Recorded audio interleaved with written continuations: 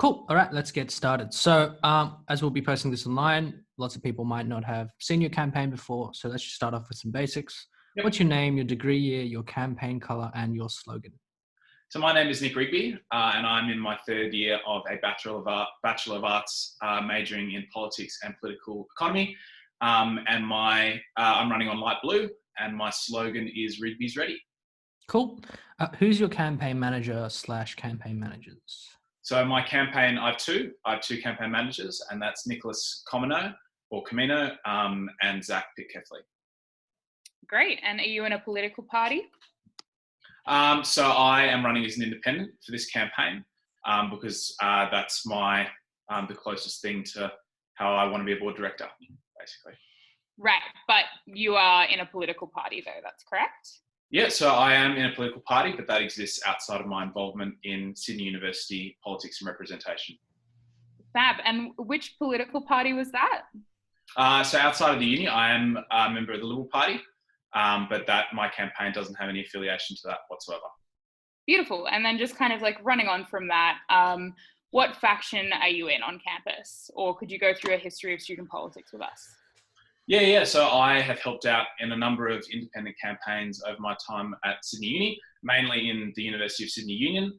I haven't dabbled very much in SRC, only just to kind of help out friends. But I mainly, have helped. So I helped out in 2018 with Lachlan Finch's campaign. And then I obviously managed Katie Brown's campaign last year.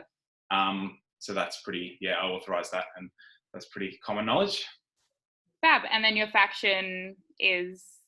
Well, I identify as a moderate. So I'm, very centrist on campus, and I usually get the support, or the moderate Liberals usually support me with any I haven't ran for anything really yet up until this, so I haven't needed much support, but yeah. Cool. Okay. So why are you running for USU Board? So I have had an amazing time at Sydney Uni so far. I've had an unbelievable time. I've loved it so much. And the main reason for that is the workings and the programs of the University of Sydney Union. I've had an unbelievable time through clubs and societies, as seen on my resume.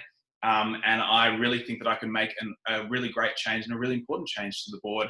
And I could bring a really great and positive energy to it. And I think that I have the experience for it. I think that I have the competence for it. And really excited about it. Do you want to talk us a little bit through that experience and that competence then?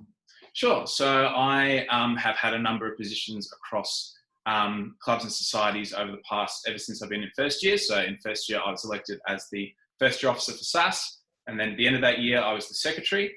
And then towards the end of that year, I was also the treasurer of the Politics Society, which was really, really good. That really sort of got, as like with treasurer and secretary, those kind of brought me into different operations of the USU and the Club of Societies program, having experience in both of those portfolios in things like treasury and finance and in those clubs, and secretary in terms of bookkeeping and all the rest. And then I'm at the moment the president of the Sydney Arts Student Society, which is obviously a very demanding role and has required a lot of work with the union and with the Club of Societies program. And I've absolutely loved it. Fab. And so which candidates would you say are the two that you're most compatible with? And which would you say are the two that you're maybe like lesser compatible with? I don't have favorites or anything like that. I think it's a really, really diverse, interesting group of candidates. I think there's a lot of talent, there's a lot of competency. I know that I just have like relationships already with some of them. Obviously I've worked with Belinda as she's the secretary of SAS, and we've worked close together on a professional basis. I knew Ben prior to this just through friends. We're friends. I don't have any least favorite candidates. I don't think I don't have any that kind of thing. If that's right. Sorry. Yeah, that's okay. So there's like no candidate that you would really identify as someone who you like might not have that much in common with, or who that you think that like is maybe not as well placed as others to run for board? I don't think so. No, I assume that all of the people that are running to be really good directors and, to be directors in the interests of the union. And so, no, I don't, if they're true to that, then I don't think there should be any conflict whatsoever. Back to the question of your involvement in the Liberal Party as well as obviously running as an independent. You said you don't think that sort of, those sorts of politics influence your current campaign. Why would you make a statement like that? What's the justification? Okay, so I think that if I'm lucky enough to be elected to the board, that there's no, I personally, I don't think that politics should have any place on the board or any place in the way that board directors work. So I will not be espousing any form of party policy from any side of the political spectrum if I'm lucky enough to be elected as a board director. I think that we're legally obligated to be to work in the interests of the union and the interests of students, and I don't think any form of politics should come in the way of that. I mean, politics is quite kind of central to the USU in both its history and to a degree in its contemporary sense.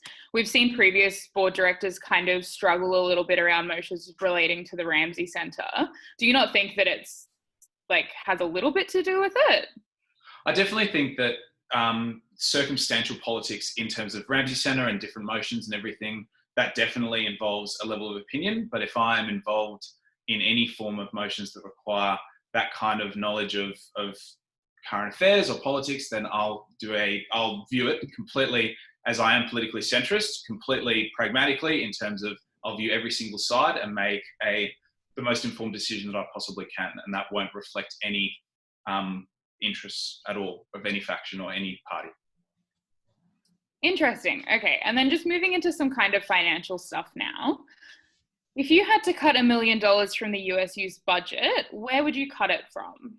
I think this was a question I think I saw last year in some related media coverage, and I remember all of the candidates being really nervous about answering it, so I definitely understand why.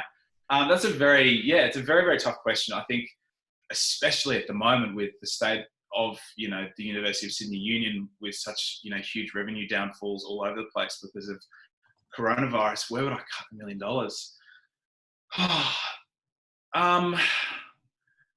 It's really, really difficult. It's a really, really difficult question. I haven't really thought about cutting anything, frankly, and my policy statement doesn't involve any cuts or any form of decrease in funding to anything. I'm not really sure. That's a good question. $1 million is also a lot of money. I mean, that's an entire, that's a lot of reviews, and that's a lot of, and that's, the revenue of an entire outlet for the USU. I'm not particularly sure. I might have to answer that at the end of the interview if that's okay. Yeah, sure. Have a think about it. So just kind of continuing with this financial stuff, especially in the wake of COVID, as you say, do you think that staff at the USU needed to be fired recently as a result of decrease in money coming in? So I think a lot of the financial operations of the USU at the moment are obviously, as I was attending the USU board meeting last week, a lot of the proper in-depth financial things are in camera or on camera. It's done privately. So I think a lot of those things are, I'm not privy to. I think on a general basis, there have been job cuts all over the place due to coronavirus. It's completely unexpected. It's completely, it's damaged all forms of businesses all over Australia. And I'm very, very upset that it has damaged the union, because I know that employees really are the heart of the union and the staff. And it's upsetting that the staff cohort has been affected in the form of these things. I know, and look, it's very upsetting. I don't necessarily, because I don't know a lot of the really in-depth information that's confidential to the University of Sydney Union, I can't take a position on whether I support them or not. I just know that it's a very, very rough period for the union. Very, very rough indeed. Do you think that lack of transparency just kind of generally is an issue within the USU? I think the USU has taken some good steps recently to have more transparency. I think Pulp have done a really, really good job in the past 2 years of uploading board meetings really quickly. I know that before that there was like a really long backlog. So I think there are definitely some ways that student media has informed that transparency. That being said, I know that there's some confidential information that is, not for the average student to see in the union. I do think that there are a lot of areas in which that's justified in ways such as negotiating sponsorships, all of those kind of things. But I do think that it should be more transparent overall, definitely. And I think that there are ways that if I was elected as a board director, that I would bring that and have more of a relationship with the student media to get those kind of things out constantly, so the students know what their representatives are doing. Cool. A bit more on kind of responses to COVID. Yep. Do you think that the CEO, heads of department, and board directors should take a pay cut during this time? Once again, I think that scenario is something that as I'm not privy to the personal finances or the confidential finances of the board, that I would be able to take an opinion on. I assume that there are salary cuts all over all businesses across Australia and New South Wales. I know that that's just an effect of the economic downturn of COVID. I don't think I can speak about whether the CEO should take one or not. That's up to the CEO, frankly, and the board of directors currently. Okay. And obviously last year we saw a bit of a shake-up in the USU's revenue streams with free access being introduced. Yep. Do you think that's still viable in the current situation? Should something be done about the pricing of access, or do you think it should be kept free? I think it should be kept free, personally. I think that making it free was one of the best things that the union has done ever, really. I think it was fantastic. And I remember being as treasurer of the Politics Society, viewing the information session that would update clubs and society executives on what was going on with the board and when they announced that access was free. And it was moving genuinely because, students no longer had a financial barrier in order to take place in, what I think is the best union in the country, So I really, really think that it was a great thing. I don't plan on changing that whatsoever if I'm lucky enough to be elected as a board director. Cool. And so with the USU in a precarious financial situation, would you support or stand against a potential university takeover of the union? Say again, what was the last bit, sorry? It's like, were that to arise?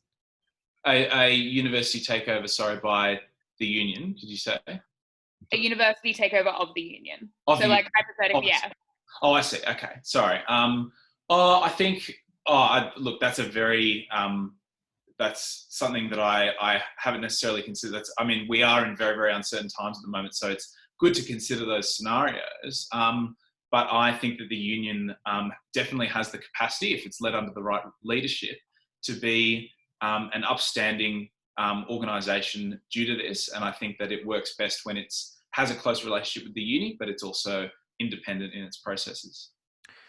Okay, moving on and kind of drawing to something that you mentioned before about how you think politics shouldn't play a role. Do you think that the USU should take a stance on how the university should be supporting students during this time? Do you think they should maybe be criticising the university, or what do you think this stance should be? I think that does come down to the board directors, and as I'm running to be a board director, I definitely think that if I was elected, then I would seriously consider all possibilities of that relationship with the uni. I think keeping a relationship with the uni is really, really, really important. And our relationship, the union's relationship with the university has been very strong over the past year, and that has paid a lot of dividends. But that being said, I know that, it's good to have professional criticism between organisations. And I think that if all board directors agree that there's a genuine case that the university is mistreating students or anything, that the board is justified to maybe, to criticise the university in a constructive way, not in an insulting way, not in a way that deteriorates that relationship.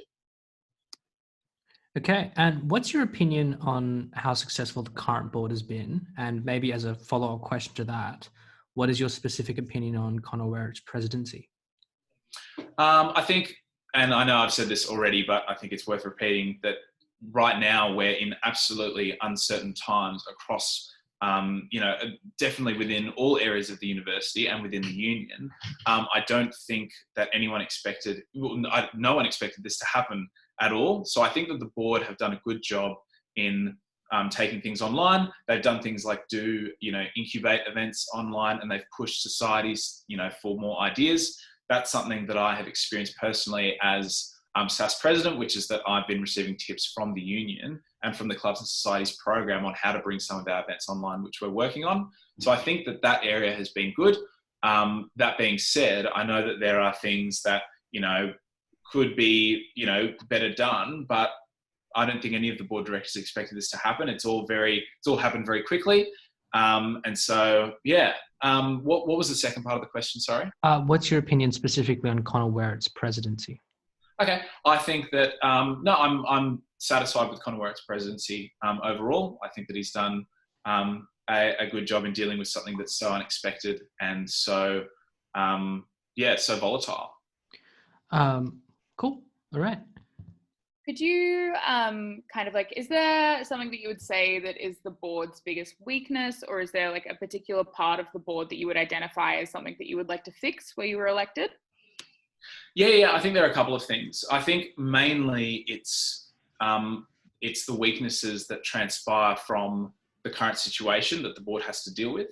So I definitely think that staff relations and those kind of things and moving forward is taking care of the staff cohort and the employees of the union is something that the union has to really prioritise, definitely, moving forward into, as we move out of this crisis or more into it, depending on what will happen. I think as well, the union really needs to prioritise clubs and societies as it comes out of this crisis, because that's, in my opinion, and from my experience, the best way of reconnecting students and revitalising campus life after this time. So those are some ways I think that the board can definitely use to move forward. And I would see it as a weakness if the board didn't. All right, cool. And what role do you think that Pulp plays in reporting on the USU? Do you think the current editorial team is maybe a little bit afraid to criticise the organisation, or that the organisation itself has too much control? And I think like an example of that we would point to would be their interview with Conor Werrett in the wake of those staff layoffs. Sorry, with the bit with Conor Werrett, I kind of missed. What was that? So they had an interview with Conor Werrett in the wake of the staff layoffs that perhaps wasn't as critical as it could have been. Okay. Well, I think Pulp, as any student media outlet, should have the right to say and criticise however they want. I think that's, an amazing thing about university and campus politics is that, student media such as Honi Soit and Pulp should be allowed to criticise. I think that they have done a really, really good job, as I mentioned before, in doing things like releasing minutes, making sure that updates from the USU are available. Whether, because Pulp is very, is owned by the union and the union has a very direct link to them, whether the information given to Pulp by the union and Pulp redistributing as a means of, telling and informing students of updates, whether that's seen as being too supportive, I think is a matter of subjectivity. But I think that Pulp adequately does, and I think the editorial team does, really inform students on what's going on with the union. Cool. So who would get your vote in, say, an upcoming USU presidential election, which will probably happen next year? Who would get you vote on the board? That's a good question. I'm not particularly sure at the moment, as in I haven't really looked into it in terms of, like, I'm, just running the campaign, focusing on myself getting elected to board.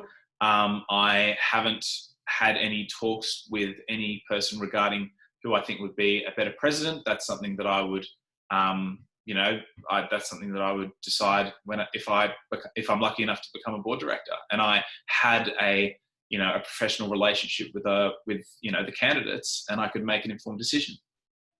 Okay. We've heard that Benny and Nick are both kind of considering running. Is there? Sorry, that's Benny Shen and Nick Forbuck. Yeah. Are either of those kind of like a candidate that would appeal to you more strongly? I don't think that either of them appeal to me necessarily more strongly. I think I would have to seriously look over, if I'm elected to the board and I do take part in that AGM, that I would, really look into how they've operated over the past year as being board directors, and I'd make an informed decision from there. But I don't have any thoughts on that at the moment. Okay. Cool. So just kind of moving into policy now, could you just let us know what your overall policy priority is? maybe if you just pick one and like identify that one, just because were there too many? No, we just had We- candidates kind of read out their entire policy statement to us when we asked them this question. So just pick We're a just general kind of restrictions. general kind of thing. Okay. Well, that obviously is a bit difficult because I have three main areas which I have policies under, as I'm sure you would have seen by the statement. My overall goal is to reconnect, re-energise and regrow the union. That involves a whole bunch of things underneath and a whole bunch of policies, but that basically means that I want to, if I'm elected to the board, I want to ensure that students can come back to a uni and be allowed to reconnect with each other in a way that is stronger than it was before. This includes things like mental health services and having more events done by the uni, but done by the union, sponsored by the union, so there are easily accessible social events that people can kind of, see their friends again after isolation. Re-energize, sorry to run through it all, I feel like I am, but I'll try and condense it as much as I can. But making sure that campus life is really, really, really revitalised, and make sure that it's really energetic and diverse and dynamic when we all come back. This includes things like, bringing more, large-scale events to campus, which I think the union has done really well. Creating more performance opportunities and live music opportunities for areas like Courtyard. And the last one, to regrow the union, I want to make sure that clubs and societies are at the absolute priority in terms of moving forward from this crisis. I want to ensure that we have a foundation of environmentalism, the way that we move forward, making sure that the union is very eco-friendly in the way that it builds itself up, and the foundations that we set, and making sure that the staff cohort is heavily, heavily considered in all initiatives that come forward. I want, I think that I'd be a very, very sensible board director. I'm not coming here with any, coke in the bubble as policies. I think I'm coming here with genuine, achievable things that can be done that don't put the union in more of a state of financial detriment than it already is. Just kind of running on from that, I mean, you see every year a lot of candidates kind of propose policies and very few of them are put into action. Do you kind of have an idea of why that is, and like what kind of ideas do you have for your own policies to make sure that they are put in place? Yeah, well, I think just answering the first part of your question, I think, it's endemic across all forms of politics, whether it's student or state or federal or, international or anything like that, that people tend to, go a bit, stretch their promises a bit to increase the chances of them being elected. And I want to go against that completely. When I run for board, I want to propose things that I can genuinely achieve, that the union can achieve, and that are, that don't put the union in more of a state of risk than it already is in. Because I think if candidates, say that they're going to do really, really big and exciting and risky sort of things, which would be appropriate a couple of years ago when we weren't experiencing this crisis, then I think that would be very, very dangerous for the union. I think that right now we need really sensible managers of the union that know that things that can be achieved, know that, certain areas, certain ideas are too risky at the moment, and things that can actually genuinely help students in the best and most responsible way. Cool. So getting into a couple of spicy ones now, do you think the fact that SAS is so factionalised turns students off? I haven't seen that over the past couple of years that I've been involved. I have seen an amazing amount of independence, and the general body of SAS is completely independent, not involved in any politics. And I've had a great joy in working with all of those kind of people. And I haven't seen students be necessarily turned off by any of that kind of stuff. Yeah, because there was quite a lot of criticism, I guess, from like the old executive of SAS last year with the election that obviously elected you into president, as I'm sure you remember. Do you think that this is the things that they air, do you not think that they're kind of like shared widely by the student community, or?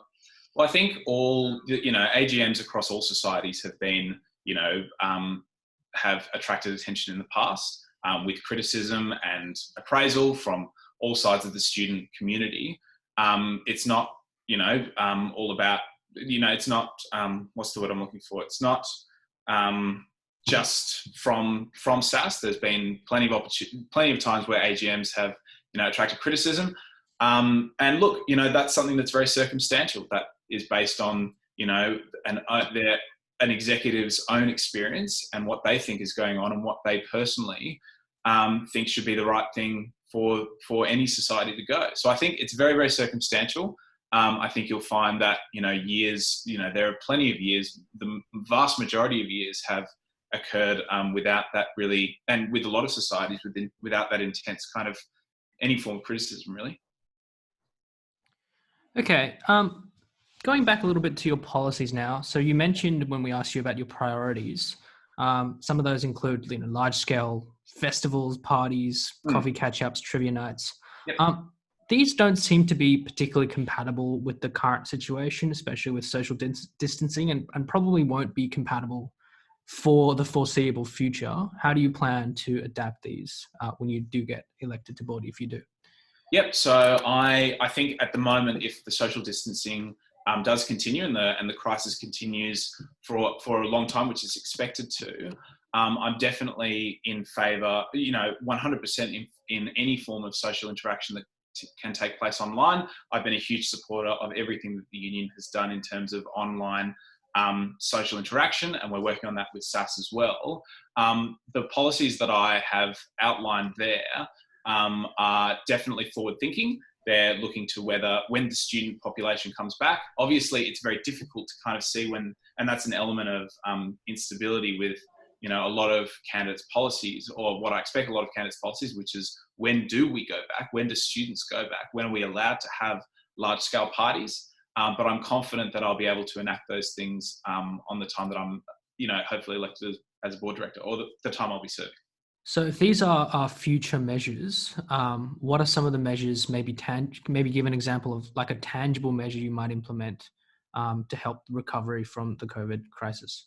Yeah, definitely. So I 100%, my last point on regrowing the union, ensuring that the union is built up from now on in all of their processes as environmentally friendly as we, move forward, and as we sort of repeal these social distancing measures and we're allowed to have smaller things, ensuring, and smaller, potentially larger things as time goes on, exponentially larger, ensuring that all the processes of the union are completely environmentally and eco-friendly. An example of that is that if we are allowed to have smaller gatherings by the time we get back to uni, possibly in semester 2, that things like reusable cups for alcohol and reusable straws and all of those kind of things are provided abundantly.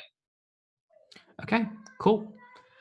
You've also indicated in your policy statement that you wish to campaign for increased mental health services on campus. What sorts of services will you be lobbying to introduce? So I definitely think mainly, I'm sure you're both aware of the CAPS program and very familiar with it, as the Honi Soit has written up a lot of pieces of it in the past, a lot of which I've read and are very, very interesting.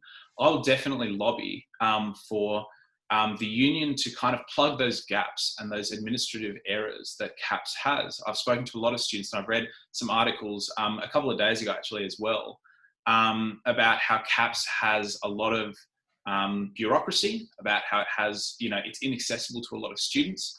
And I definitely think that the union has a place in ensuring that the university plugs those gaps so the union can do it itself.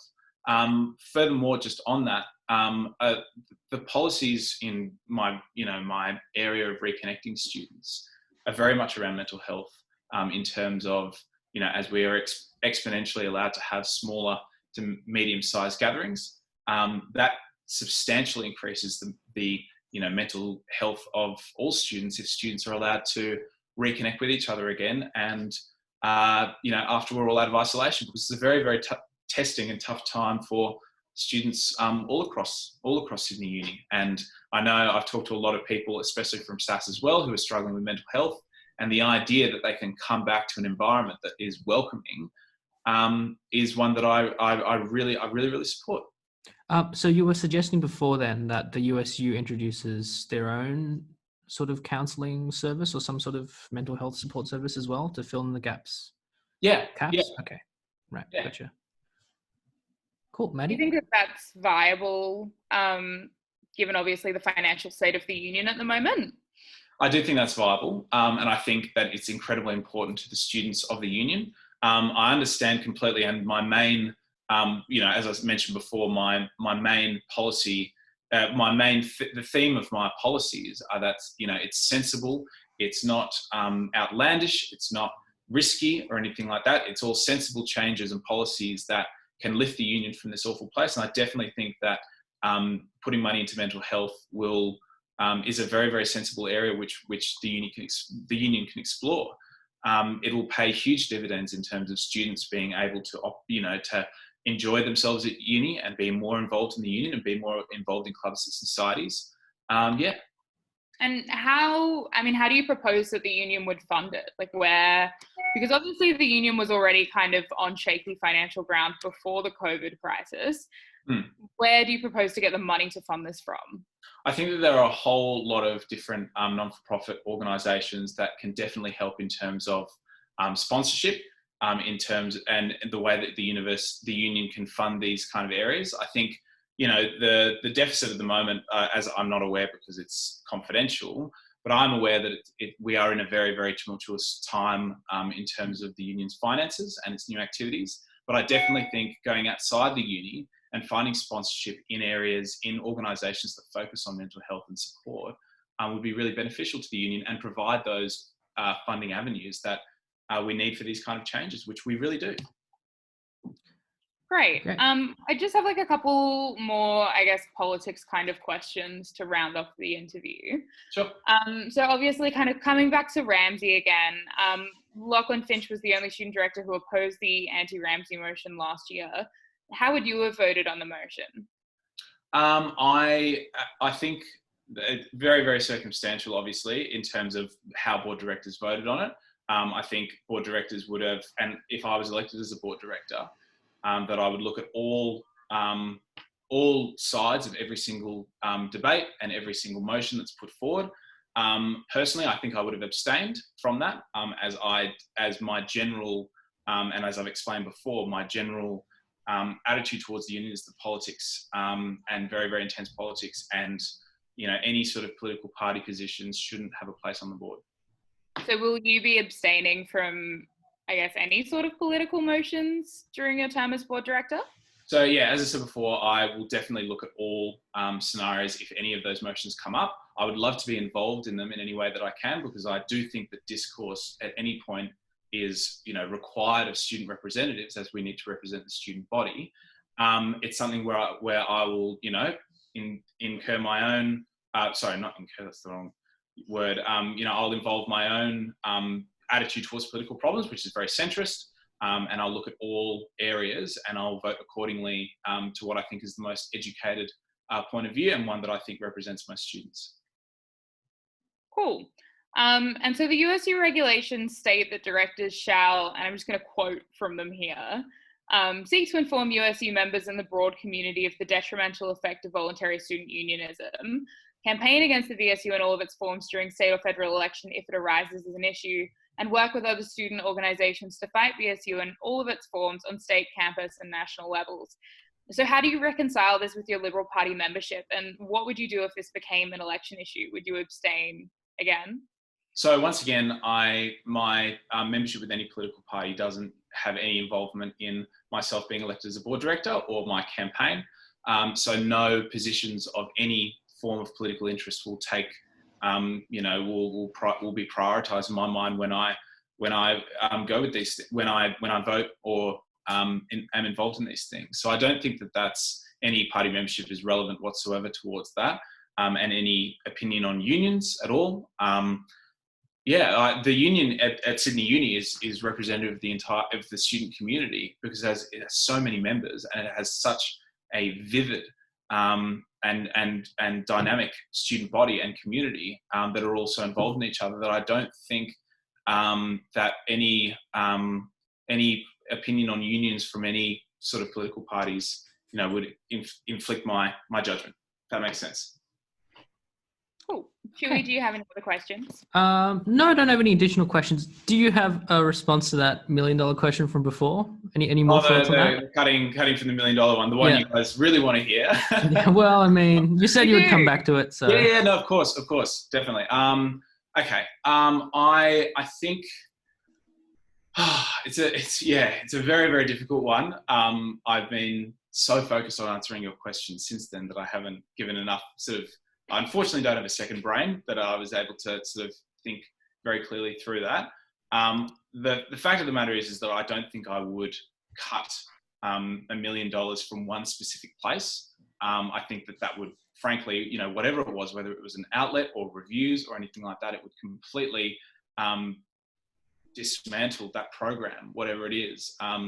I know that was the basis of your question, but I think I would have to spread out that somehow, because I couldn't just completely axe something. That's just completely against what I'm campaigning for and I'm going for as a board director. Okay, cool. Oh, good. Is there anything else that you wanted to add to your viewers online? Not really, no. Thank you for having me. And okay, thank you as well. Yeah, awesome. Thanks, guys. And see you on Friday for the quiz.